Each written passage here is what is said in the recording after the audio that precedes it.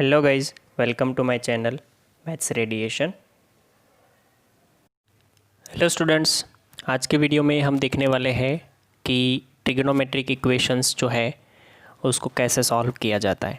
Right, तो उसको start करने से पहले आपको ये समझना है कि कोई भी इक्वेशंस जो होता है वो कैसे सॉल्व करते हैं। हमने अभी तक जो देखा है क्वाड्रेटिक इक्वेशन सॉल्व किए हैं, लीनियर इक्वेशन सॉल्व किए, उसमें हम क्या करते थे, एक्स की वैल्यू ढूंढते थे। राइट, बट यहाँ पे जो फंडा है वो ट्रिग्नोमेट्रिक इक्वेशन है।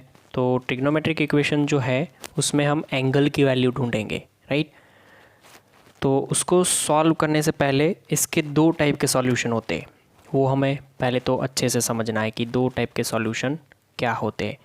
पहली चीज़ मैंने जो बताई वो क्या है कि find the value of angle. जब भी आपको बोले कि सॉल्व द इक्वेशन तो आपको समझ जाना है कि find the value of angle. हम इसमें एंगल फाइंड करेंगे, बस इतना आपको समझना है। दूसरी चीज़ जो समझनी है वो ये है कि क्या हमें प्रिंसिपल सॉल्यूशन पूछा गया है, क्या हमें प्रिंसिपल सॉल्यूशन पूछा गया है या हमें जनरल सॉल्यूशन पूछा गया है। ठीक है, मैं फिर से बोलता हूँ कि क्या आपको इक्वेशन सॉल्व करने को बोला है, उसमें मेंशन किया है कि फाइंड द प्रिंसिपल सॉल्यूशन या फिर फाइंड द जनरल सॉल्यूशन।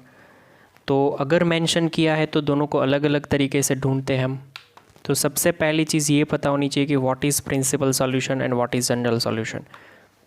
मुझे आपको ये भी बोलना है कि अगर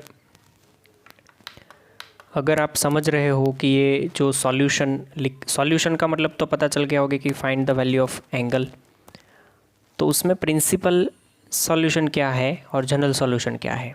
ठीक है, तो उसके लिए हम मान लेते हैं। चलो समझ के चलो कि हम जो इक्वेशन में एंगल फाइंड करेंगे वो एंगल एक्स होगा, वो समझ के चलो।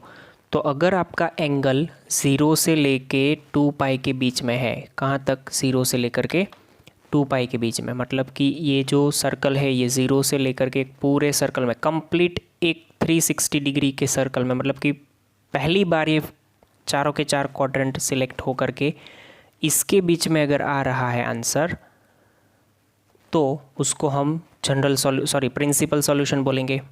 ठीक है, अगर आपका आंसर घूमता ही जा रहा है, मतलब पहला सर्कल, दूसरा सर्कल, तीसरा सर्कल, फोर्थ, फिफ्थ, ऐसे घूमता ही जा रहा है, तो उसको हम जनरल सॉल्यूशन बोलेंगे। ठीक है, उसके लिए वर्ड आपको याद रखना है पीरियोडिसिटी। पीरियोडिसिटी का मतलब क्या है कि एक बार नहीं घूमना है, बार बार घूमना है। और यहाँ पे लिमिट आपको फिक्स कर दी है क्या, कि आपका एक्स जो है वो किस में होना चाहिए, 0 से लेकर के 2 पाई के बीच में होना चाहिए। मतलब कि पहली बार ये चार क्वाड्रेंट जो है 0 से 2 पाई, मतलब 4 क्वाड्रेंट हो गए ना, तो 4 क्वाड्रेंट के बीच में ही वैल्यू है। इसमें तो कितनी बार क्वाड्रेंट घूमेंगे, है तो 4 ही, बट पहली बार, दूसरी बार, तीसरी बार ऐसे घूमते जाएंगे। तो उसको ये प्रिंसिपल सॉल्यूशन है, ये जनरल सॉल्यूशन है। प्रिंसिपल सॉल्यूशन के लिए आप एक हिंट मैं देता हूँ कि कोई भी फंक्शन होता है उसका प्रिंसिपल सॉल्यूशन 2 वैल्यू देता है। ये मोस्टली होता है, हर बार नहीं बट मोस्टली होता है, 2 वैल्यूज़। अब देख लो ध्यान से तो पता चल जाएगा। कोई भी फंक्शन जो है 2 क्वाड्रेंट में पॉजिटिव होगा, 2 क्वाड्रेंट में नेगेटिव होगा। साइन के लिए बात करो तो साइन यहाँ पे पॉजिटिव है, यहाँ पे पॉजिटिव है। ठीक है, फिर कॉस के लिए बात करो तो कॉस यहाँ पे पॉजिटिव है और यहाँ पे पॉजिटिव है।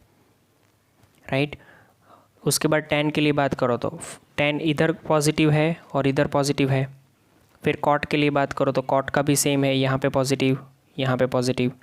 कॉट के बाद कॉसेक का करो बात तो ये कॉसेक यहाँ पे पॉजिटिव, यहाँ पे पॉजिटिव।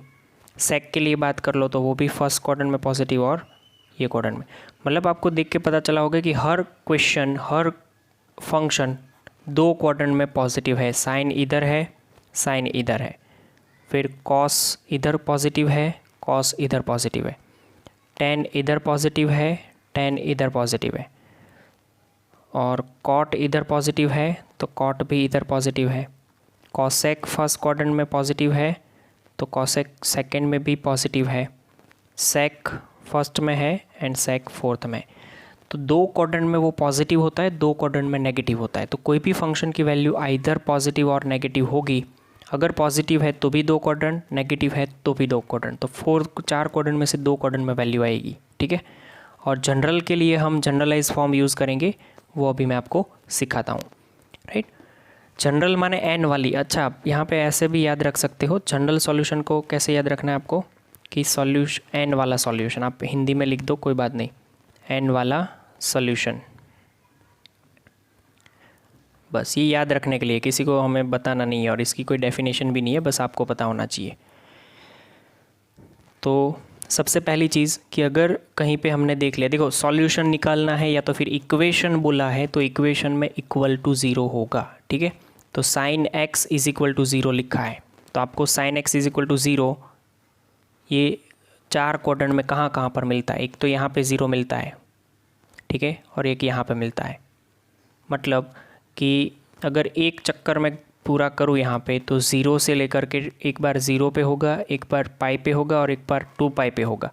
तो मैं अगर 2 पाई को ना गिनूँ क्योंकि वो एंड पॉइंट है, तो एक सर्कल में ये ज़ीरो होगा, x is equal to zero और x is equal to pi. मतलब x की दो वैल्यू मिली, ज़ीरो और पाई। आप दोनों वैल्यू यहाँ पे रख दो, आपको आंसर मिल जाएगा, राइट। बट ये तो हुआ कौन सा सॉल्यूशन, ज़ीरो से 2 पाई पे, तो प्रिंसिपल सॉल्यूशन, ठीक है। अगर जनरल सॉल्यूशन पूछा है तो इसको आपको पता है कि साइन एक्स जो है वो पाई के मल्टीपल पे, या 2 पाई पे होगा, फिर 3 पाई पे होगा, फिर 4 पाई पे, ऐसे। ज़ीरो है तो एक्स की वैल्यू क्या होगी, ज़ीरो, पाई, 2 पाई, 3 पाई, ऐसे। और वो आप माइनस में जाओगे तो माइनस में भी ऐसा ही होगा, प्लस और माइनस, -2 पाई पे उल्टा चलोगे तो भी ये सेम ही आंसर होगा। तो पाई के सारे मल्टीपल है तो एक्स को लिख सकते हो एक्स इज़ इक्वल टू में एन पाई। याद कर लो, जहाँ पे आपको लिखना होता है एन बिलोंग्स टू जेड, ठीक है। तो पहला इक्वेशन हमारा हो गया कि अगर आप कहीं पे देखते हो कि sine x is equal to zero, that means solution सीधा कंप्लीट हो गया। X is equal to n pi where n belongs to Z. ये सॉल्यूशन हुआ जनरल। क्यों जनरल है, ये एन वाला है, देख लो, ठीक है। तो हर बार आपको n की वैल्यू चेंज करने पर आंसर चेंज हो जाएगा आपका। सेम इसी तरह से आपको cos x का देखना है कि अगर cos x is equal to zero है तो आप देख लो ग्राफ में कि cos x कहाँ कहाँ पे ज़ीरो होता है। पहले तो प्रिंसिपल सॉल्यूशन की बात कर लो, ये इसका प्रिंसिपल मैंने यहाँ पे लिखा है। तो पहले आप देख लो यहाँ पे साइन का प्रिंसिपल cos x में आप देख लो कि वो ज़ीरो कहाँ पर होता है। तो पहला ज़ीरो होता है π/2 पर और दूसरा ज़ीरो होगा 3π/2 पर।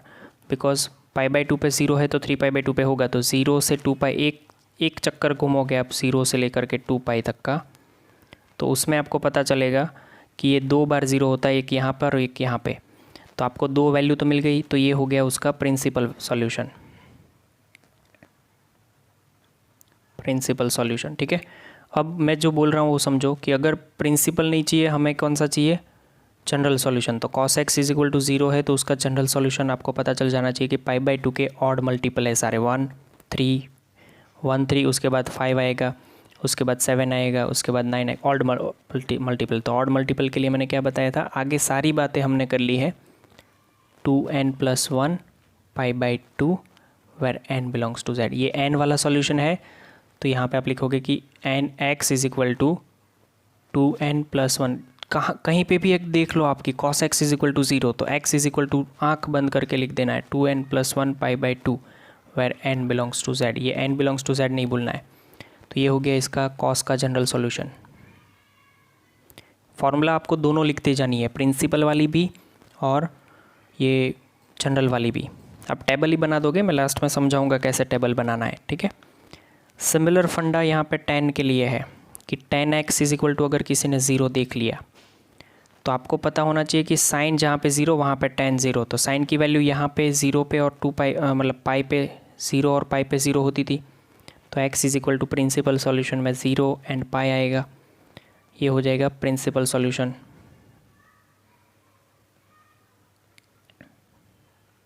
ठीक है। जनरल सॉल्यूशन क्या होगा, अब उसमें जैसे n पाई आया था तो इसमें भी n पाई आएगा। tan x is equal to zero तो इसका मतलब ये हुआ कि x is equal to n pi where n belongs to z। ठीक है, आई होप आप लोगों को समझ में आ रहा है मैं जो बोल रहा हूँ वो, राइट। अब आपको ये तीनों को टेबल में कैसे लिखना है वो समझ लो, अच्छे से समझ लो ये, कि अगर हमारे पास ऐसा है, देखो तीन चीज़ें लिखनी है। पहली तो sine x is equal to zero, ये तीन ही याद रखना है बिकॉज बाकी का काम हो जाएगा। और कॉसेक, सेक और टेन कॉट का कोई टेंशन नहीं लेना बिकॉज उसका इसके ऊपर से बन जाएगा। तो हमें ये तीन ही याद रखना है। ये तीन टेबल में लिखो, यहाँ पे लिख दो प्रिंसिपल सॉल्यूशन। प्रिंसिपल मतलब ज़ीरो से लेकर के 2 पाई के बीच आने वाले। यहाँ पे लिख दो जनरल सॉल्यूशन।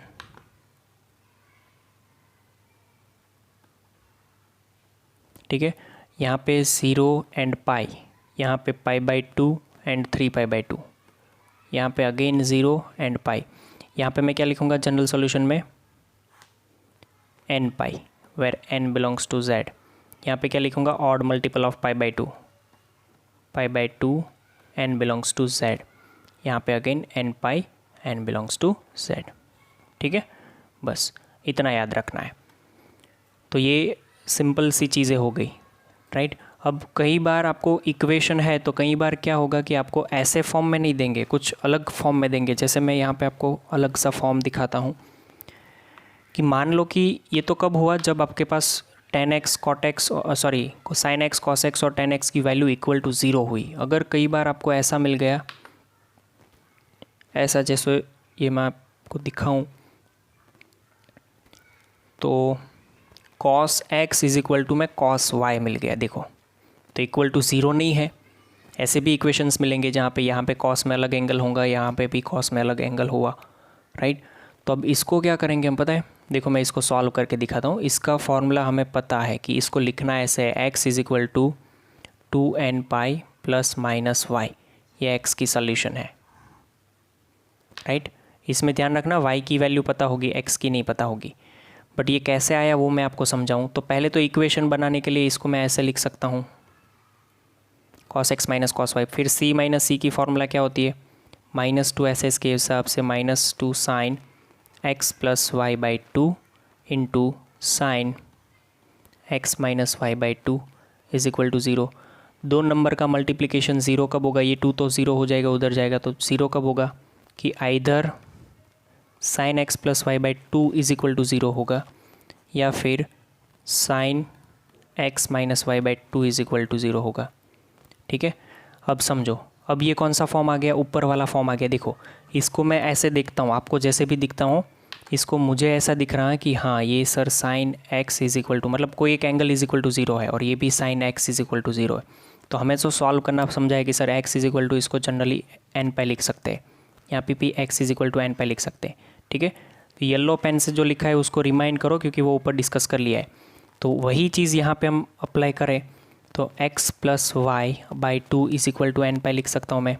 यहाँ पे x minus y by 2 is equal to n pi लिख सकता हूँ मैं, राइट। दोनों चीज़ को साथ में सॉल्व करते जा रहे हैं हम। तो ये x plus y is equal to n pi 2n pi, sorry x is equal to 2n pi minus y, ये पहला आंसर मिला मुझे x का।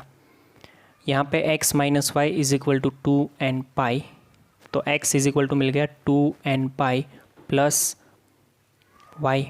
अब दोनों को मर्ज करो, देखो एक बार 2n पाई में प्लस y है, एक बार 2n पाई में माइनस y, तो दोनों को मर्ज करके कंबाइनली हम लिख सकते हैं कि x is equal to 2n pi plus और माइनस y। ये मेरा आंसर है। मतलब मैं फिर से यहाँ पे येलो पेन में लिख देता हूँ कि ऊपर मैंने जो बताया था कि जब cos x is equal to cos y दिख जाए तो x इज इक्वल टू ये लिखना है, राइट। मतलब दो चीज़ें हुई कि अगर आपको cos x is equal to 0 दिख जाए ना तो आप x इज इक्वल टू क्या लिखोगे 2n प्लस 1, वो ऑड मल्टीपल वाला, pi where n belongs to z। यहाँ पे भी n बिलोंग्स टू z है, हर जगह पे n बिलोंग्स टू z। ये कंटिन्यू लिखना है ऊपर से, यहाँ से जहाँ से लिया है वहाँ से, ठीक है।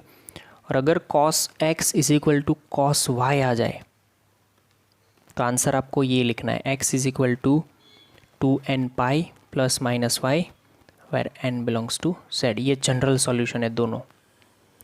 प्रिंसिपल का मैंने आपको बता दिया है और वो क्वेश्चन सॉल्व करेंगे तब ज़्यादा क्लियर हो जाएगा, राइट। ओके, दोनों में फ़र्क समझना। ये या तो cos x is equal to 0 वाले फॉर्म में लाना है या cos x is equal to cos y वाले फॉर्म में, ठीक है। चलो अगेन एक tan वाला देख लेते हैं कि अगर आपके पास मान लो कि दूसरा ऐसा आ गया, tan x is equal to tan y आ गया, तो क्या करोगे?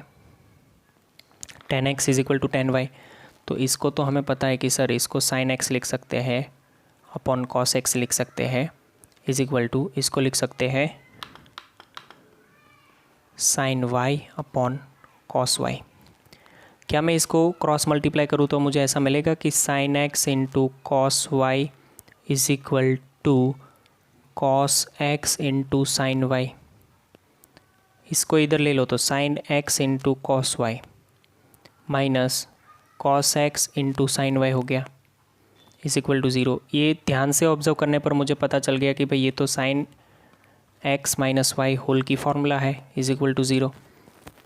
तो क्योंकि ये sin x माइनस होल की फार्मूला है तो आपको पता चल जाना चाहिए कि भाई x minus y is equal to तो n पाई होता है यहाँ पे जो भी एंगल होता है, बिकॉज क्योंकि हम जानते हैं कि sin x is equal to जब भी 0 हो तो x is equal to n pi लिख देना है। यहाँ पे जो भी एंगल है is equal to n pi, मतलब यहाँ पे x माइनस वाई था तो is equal to n pi, तो x इज इक्वल टू क्या हो गया n पाई प्लस में y, ठीक है। तो ये tan की बात हुई। तो दो बात tan के लिए भी जनरल में कि tan x is equal to 0 है तो आप लिख दो कि भाई x is equal to n pi where n belongs to z। यहाँ पे लिखना है n belongs to z, n belongs to z, ये सेमीकोलन करके। और अगर tan x is equal to tan y दिख जाता है, क्या दिख जाता है? tan x is equal to tan y, मतलब ऐसे फॉर्म में आप कोई ले करके आए तो x इज इक्वल टू क्या लिखोगे n पाई प्लस वाई। ध्यान से, राइट, हल्का सा चेंज है, क्वेश्चन में हर जगह पे इसका यूज़ होगा तो आपका ये क्लियर हो जाएगा जो भी डाउट है वो। बट अभी के लिए आपको ये समझना है कि ये कैसे याद रखा जाए। बढ़िया, चलिए थर्ड एक साइन का बचा है। मैंने साइन का लास्ट में रखा है बिकॉज ये दोनों को इजीली सॉल्व कर सकते थे और आपको समझ में भी इजीली आ जाता है। इसलिए अगर मेरे पास sine x is equal to sine y आ जाता तो मैं इसको क्या कर सकता था, sine x minus sine y is equal to 0। तो इधर से s माइनस एस की फार्मूला 2cs के हिसाब से 2 cos x plus y divide by 2 into sine x minus y divide by 2 because s minus S is equal to 2cs is equal to 0। यहाँ से multiplication दोनों का 0, ये 2 तो 0 हो जाएगा, उस साइड जाएगा तो cos इधर का होगा कि cos x plus y by 2 is equal to 0 हो जाएगा, या फिर sine x minus y by 2 is equal to 0 हो जाएगा। ठीक है, ये प्रूफ आपको लिखनी है, ठीक है, मैं ऐसे ही नहीं करवा रहा हूँ ये। तो इधर से मुझे ये पता चला कि भाई x plus y by 2 is equal to, जब cos 0 होता है तो क्या लिखते हैं, ऑड मल्टीपल, याद करो 2n plus 1 pi by 2, right. और यहाँ पे ये जब 0 होता है साइन तो ये n पाई, और हर जगह पे n belongs to z, n belongs to z। तो यहाँ से मुझे पता चला x, हाँ ये 2 cut plus y is equal to 2n plus 1 pi, और यहाँ से पता चला x minus y is equal to 2n pi. तो ये कुछ ऐसा बोल रहे हैं कि x is equal to 2n plus 1 pi minus y, ये बोल रहा है x is equal to 2n pi plus y. मैं आपको एक चीज़ समझाऊं, ये जो है ना वो इवन पाई है, देख लो 2n पाई मतलब कि इवन पाई, और ये जो चीज़ है इतनी वो ऑड पाई है। तो इन दोनों को मर्ज करेंगे ना, तो इसको पहले ये समझो कि जब ऑड पाई होता है तो माइनस वाई होता है, इवन पाई होता है तो प्लस वाई होता है। तो मर्ज करने का एक तरीका समझना है इसका, x इज इक्वल टू, यहाँ पे क्या लिखना है आपको, n पाई प्लस -1 की पावर n इंटू वाई। आप यहाँ पे n की वैल्यू जो मर्जी चाहे लगा सकते हो, आपका आंसर सही रहेगा। जैसे कि n इज इक्वल टू आप लगा दो 2 क्या है, ऑड है तो सॉरी इवन है, तो इवन पाई में क्या हो जाता था, इवन पाई में हमारा प्लस वाई रहता था, ठीक है। तो ये 2 यहाँ पे लगा दो, तो पहले तो ये हो गया 2n पाई प्लस यहाँ पे ये क्या हो गया, सॉरी 2n पाई नहीं, ये 2 पाई हो गया, सिंपल 2 पाई। और यहाँ पे -1 की पावर 2 तो +1 हो जाती है ना, +1 इंटू वाई, तो ये देखो 2 पाई प्लस वाई आया। मतलब कि जब इवन पाई था तो प्लस हो रहा था ना, तो प्लस हुआ। अब ऐसे ही आप n की वैल्यू 5 लगा दो, तो 5 लगाते ही ये 5 पाई, जो कि ऑड पाई है, तो ऑड पाई में -y आना चाहिए, तो -1 की पावर -1 की पावर 5, जो कि ऑड हो जाता है -1, तो -1 into y that is -y। तो ये आंसर सही है, राइट। मतलब कि आपको जब भी sin x = sin y आता है तो आपको ये याद रखना है। अगर प्रूफ नहीं समझ आ रहा है तो आप कोई बात नहीं, दिमाग नहीं लगाओ ज़्यादा। sin x = sin y दिखने पर आप क्या लिखोगे कि भाई x में n पाई तो आता ही था, प्लस में आपको सिंपल -1 की पावर n करके y लिख देना है, और वहाँ पे n बिलोंग्स टू z। और अगर sin x = 0 है तो सिंपल है सर जी, x = n पाई, है ना। तो 6 चीज़ें समझे हम तीनों की, कॉस, साइन और टेन की, तीनों की 2-2 चीज़ें समझे हैं। और ये जो भी लिखा है पूरा जनरल सॉल्यूशन को कैसे याद रखना है, n वाला। और प्रिंसिपल कैसे मिलेगा सर, वो तो क्वाड्रेंट के हिसाब से मिल गया, कौन से क्वाड्रेंट में पॉजिटिव नेगेटिव हो रहा है उसके हिसाब से। सिर्फ 4 क्वाड्रेंट में आने वाली, मतलब 0 से लेकर के 2 पाई के बीच में आने वाली वैल्यू, ठीक है। ये 6 फार्मूला आपको अच्छे से लिखने हैं, दोनों के जो बॉक्स बनाए हैं मैंने, तीनों के 2-2 फार्मूला, वो आपको अच्छे से लिखने हैं। बाकी का काम आपको इजीली समझ में आ जाएगा, मैं जब भी ये सॉल्व करवाऊँगा तो आपको समझ आ जाएगा। अब एक क्वेश्चन हम लेते हैं ताकि आपको पता चले कि जनरल सॉल्यूशन और प्रिंसिपल सॉल्यूशन कैसे सॉल्व करते हैं। देखिए फर्स्ट क्वेश्चन में समझाता हूँ आपको, कि समझो किसी ने पूछा कि sin x = 1/2 है, इसको सॉल्व करो, राइट। तो पहले तो आपको ये देखना है कि क्या ये sin x = 0 वाले फॉर्म में है, तो हमने बोला नहीं है। तो फिर नहीं है तो आप इजीली इसको sin x = sin y वाले फॉर्म में बना दो, ये फॉर्म में बनाना है, ये होगा ही। अगर sin x = 0 वाले फॉर्म में नहीं है तो ये sin x = sin y वाले फॉर्म में होगा। तो सोचो कि 1/2 वैल्यू कब होती है, तो मैं सोच लिया कि सर साइन में ये वैल्यू π/6 पे 1/2 होती है, राइट। तो देखो ये साइन में x एंगल हो गया, ये एंगल मेरा y हो गया, मतलब कि ये ऐसा फॉर्म हो गया sin x = sin y, y माने कोई एंगल होगा, राइट। अब मुझे क्या करना है कि जब ऐसा होता था ना, तो हमने सीखा था सर कि x की वैल्यू ऐसे ढूंढते थे, कैसे, x = n पाई प्लस, अभी हमने सोचा -1 की पावर n इंटू वाई। कौन सा सॉल्यूशन मैं समझा रहा हूँ आपको, पहले जनरल सॉल्यूशन, ठीक है, बिकॉज n वाला आएगा। तो इधर से मुझे x = क्या मिल जाएगा, इधर से देखना है। तो y की वैल्यू आपकी π/6 है, ठीक है। x = n pi as it is plus -1 की पावर n, y की जगह पे आपको लगाना है सिर्फ और सिर्फ π/6 दिस, और यहाँ पे लिखना है n बिलोंग्स टू z। ये आपका जनरल सॉल्यूशन, राइट। चलो अब मैं आगे समझाता हूँ कि प्रिंसिपल सॉल्यूशन कैसे ढूंढना है। sin x = 1/2 है। अब समझना सिंपल सी बात कि ये वैल्यू कैसी है, पहले तो ये देखो पॉजिटिव है। तो मैंने बोला था वैसे कि साइन कहाँ कहाँ पॉजिटिव होता है, कि सर एक तो फर्स्ट क्वाड्रेंट और एक तो दूसरा सेकेंड क्वाड्रेंट। तो फर्स्ट क्वाड्रेंट में जाना है तो 0+, सेकेंड में आना है तो π-, हाँ बोलो, ये 0 में से क्या करना है, इसको 0+ और यहाँ पे π-, ठीक है। तो देखो पहले तो ये सोच लो कि 1/2 मतलब कितना होता है, 1/2 मतलब π/6 होता है। तो मैं इसको ऐसे लिखूँगा sin x = साइन, अच्छा इधर से सिंपल लिखते हैं ना, देखो x = पहला लिख दो 0+ π/6, बिकॉज 1/2 कब होता है, π/6 पे। और दूसरा लिख दो x = π-π/6, एंड लिख करके जहाँ पे पॉजिटिव है वही 2 क्वाड्रेंट कंसीडर करो, बिकॉज ये वैल्यू पॉजिटिव है। π/6 कहाँ से आया, तो 1/2 की वैल्यू, 1/2 कब होता है, π/6 पे, राइट। मतलब इसको हम ऐसे लिख सकते हैं ना, sin π/6, तो 1/2 होता है, तो y π/6 पे 1/2 होता है। तो पहले फर्स्ट क्वाड्रेंट में जाना था तो प्लस किया 0 में, सेकेंड में जाना था तो पाई में माइनस किया, दोनों का आंसर, इसका आंसर π/6 आ गया, इसका आंसर 5π/6 आ गया। तो दोनों ही आंसर आपको 0 से 2π में है, तो मतलब प्रिंसिपल सॉल्यूशन क्या हुआ, प्रिंसिपल सॉल्यूशन इसका हो गया π/6 एंड 5π/6। ठीक है, चलिए आगे देखते हैं एक और क्वेश्चन।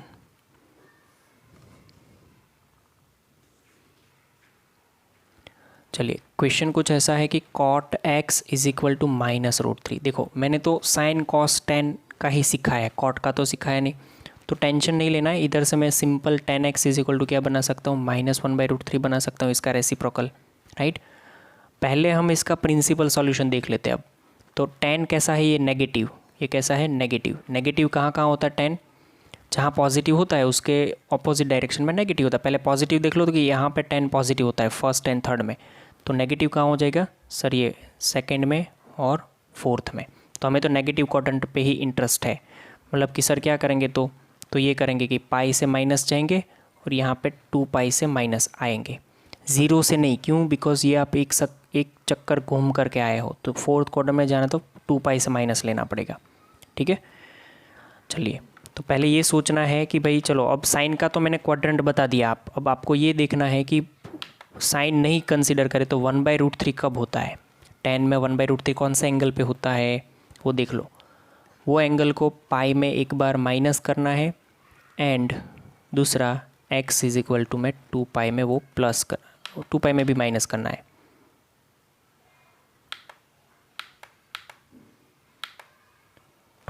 माइनस, तो मुझे ये पता चला कि भाई 1/√3 वैल्यू जो है tan की वो मिलती है मुझे tan π/6 पे, ये tan π/6 पे।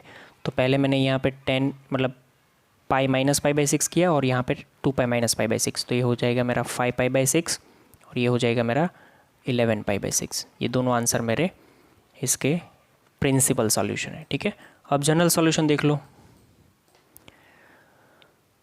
हर बार हम पहले प्रिंसिपल ढूंढेंगे फिर जनरल देखेंगे। जनरल सॉल्यूशन, तो जनरल सॉल्यूशन तो सिंपल हो जाता है, देखो क्योंकि tan x is equal to, पहले मुझे लिखना है कि tan में ये 1/√3 था ना, तो कब कब होता है, उसमें से पहला आंसर जो है ना वो लिख दो, सिंपल सी बात है। देखो ये प्लस, ये माइनस, प्लस माइनस ऐसे हुआ ना, क्योंकि पहली बार नेगेटिव कहाँ हुआ, ये क्वाड्रेंट में, और वो वैल्यू कौन सी थी 5π/6, तो यहाँ पे सिंपल लिखना है 5π/6। क्यों, बिकॉज ये tan x is equal to मेरा था -1/√3, इसकी वैल्यू ढूंढोगे अब तो -1/√3 आएगी। अब ये tan x is equal to tan y वाले फॉर्म में हो गया। देखो tan x is equal to tan y, तो तब हम x इज इक्वल टू क्या लिखते थे, nπ + y। देखो वो ऊपर से देख लेना, पता चल जाएगा। तो इधर से क्या हो जाएगा, वो x is equal to nπ + 5π/6, right. Okay, I hope आपको थोड़ा थोड़ा समझ में आ रहा है। टेंशन नहीं लेनी है, आराम से करेंगे, एक एक क्वेश्चन क्लियर होता जाएगा, right.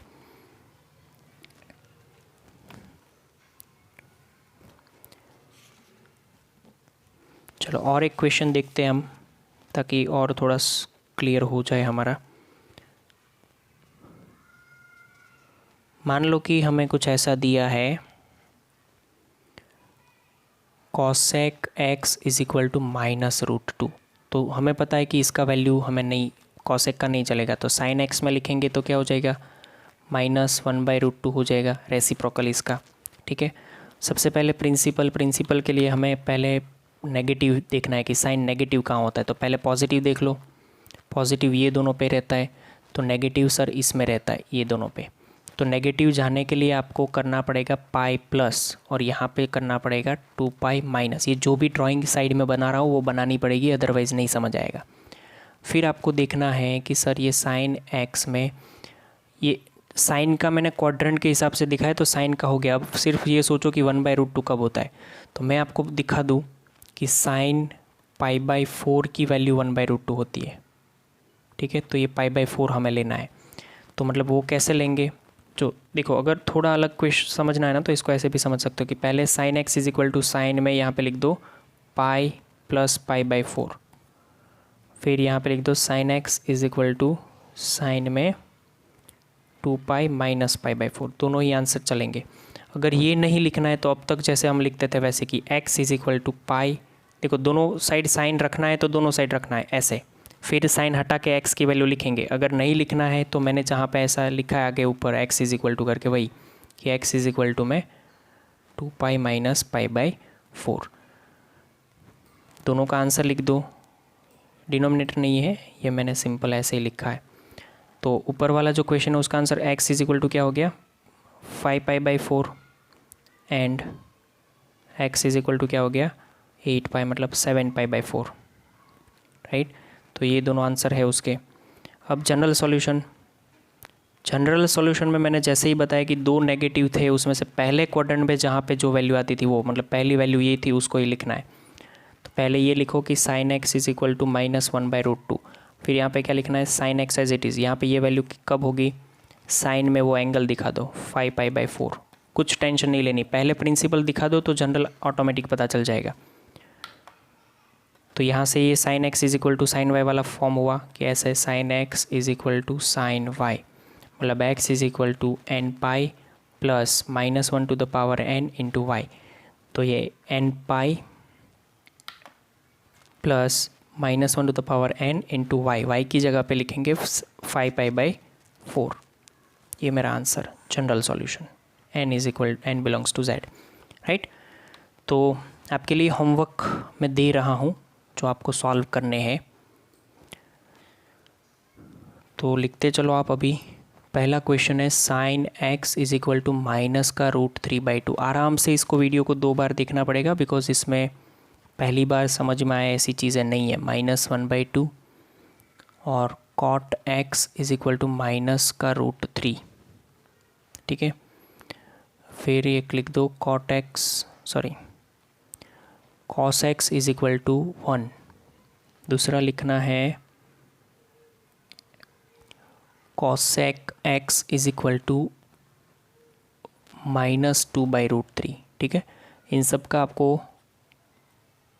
Principal solution and general solution दोनों ढूंढने हैं, राइट।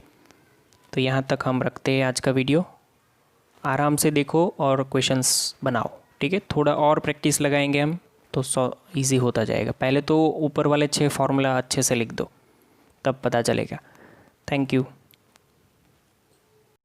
तो गाइज थैंक यू।